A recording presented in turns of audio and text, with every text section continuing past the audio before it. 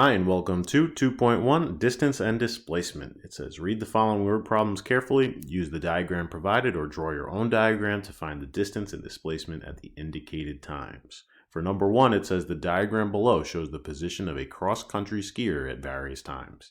At each of the indicated times, the skier turns around and reverses the direction of travel.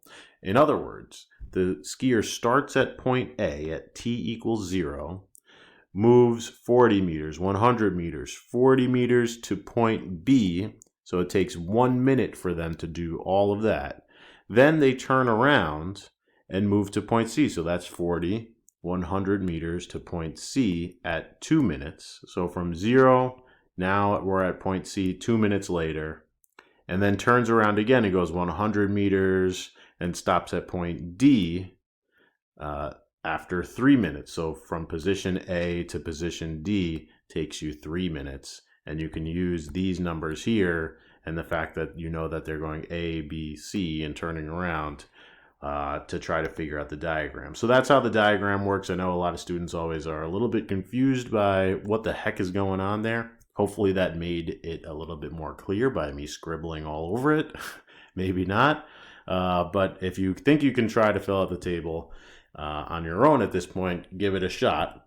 It says use the diagram to determine the displacement and the distance traveled by the skier during these 3 minutes. Remember, the distance, we can just give the quantity, the magnitude of how far they went total. For the displacement, we're always measuring from start to finish, and we're also giving a direction for displacement because displacement is a vector.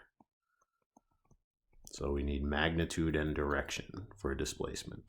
Okay, let's give it a shot. So at 1 minute, you are at position B. So ignore all this other stuff down here, but this is important.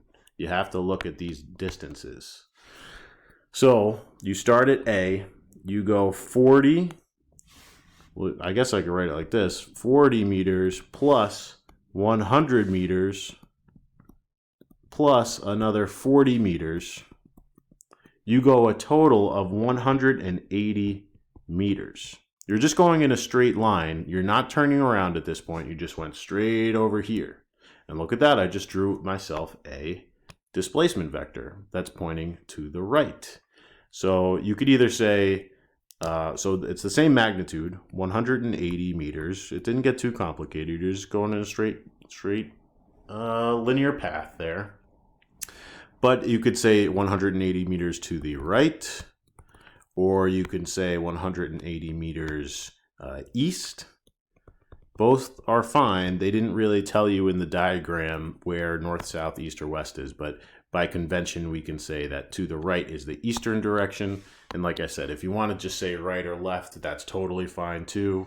So I guess I could write, they're all going to be to the right actually, because you start here and you're always going to the right. So I'm just going to say east or to the right for every single one of those displacements. Anyway, at 2 minutes, you're at position C. You turned around. So maybe it's easier to see the displacement.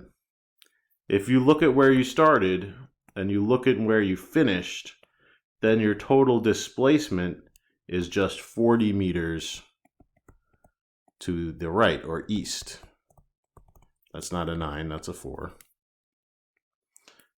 Now the total distance that you traveled might be a little bit trickier. Remember, you're going from position A, 40 plus 100 plus 40, but now you're turning around and you're going 40 plus 100, or 320 meters.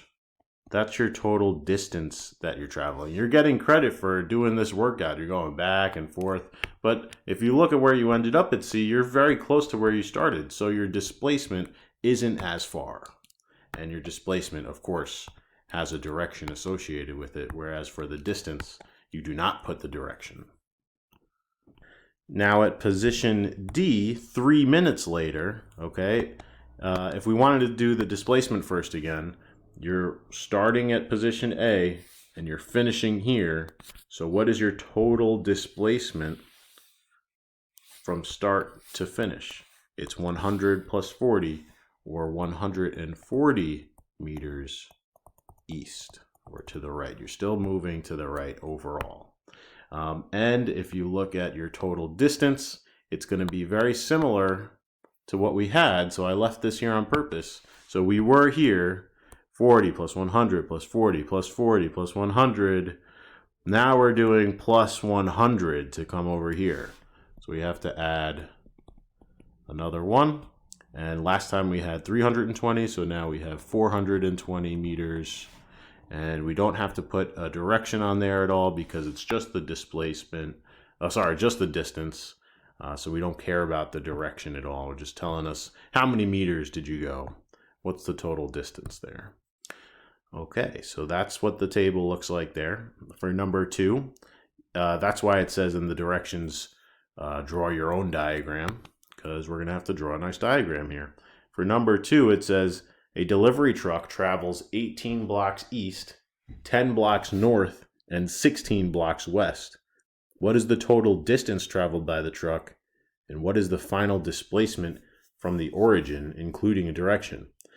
Hints: draw a diagram, assume the blocks are of equal length, and use blocks as your units. So that's good that we don't have to worry, like in New York City, how the avenues are longer than the streets and all that stuff. Not doing that.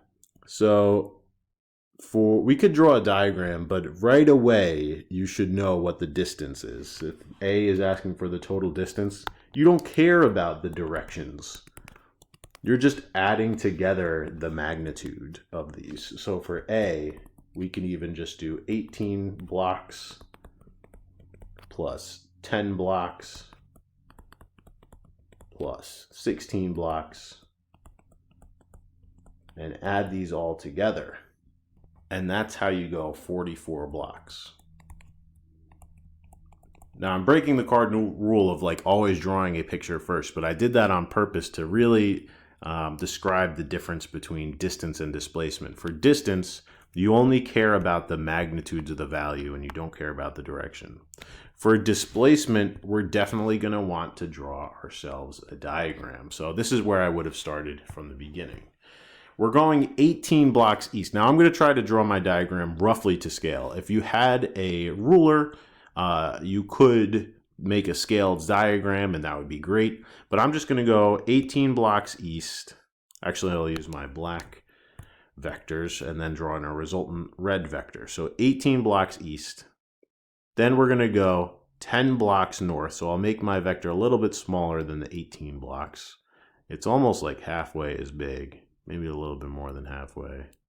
And then 16 blocks west. So if this one was 18, then, and I'm going 16 west, I end up a little bit less than where I started. I don't get the full 18 over there.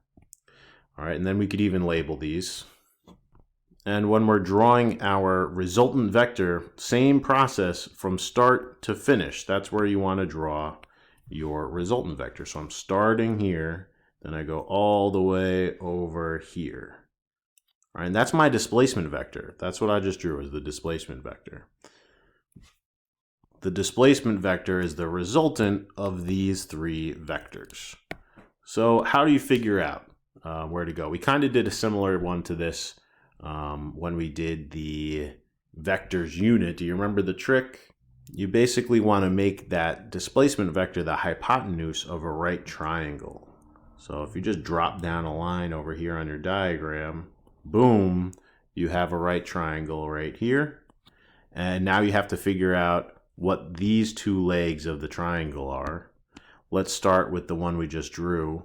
Hopefully you can see that it's equal in size to that 10 block north vector. That's the only direction that we went in the y direction, so we know that it's 10 blocks. In the x direction, which is this leg, we went 18 blocks east, so that's 18 in the positive direction, plus 16 blocks to the west, which is negative. So that leaves you with 2 blocks.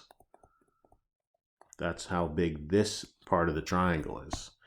And now you could ignore everything else. We have enough information here, so get rid of all this in your mind, except for that, keep that. And now just focus on that right triangle.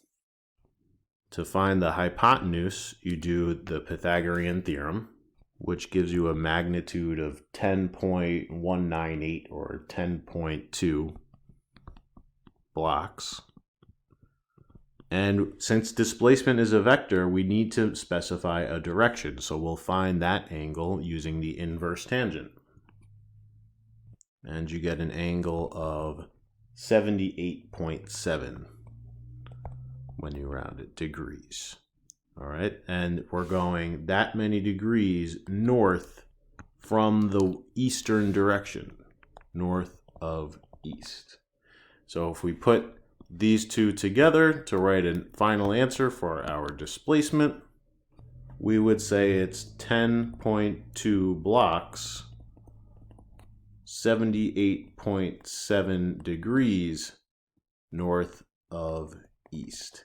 Now it's very important that you write your units for both of these and at all times to get full credit. So this was the distance,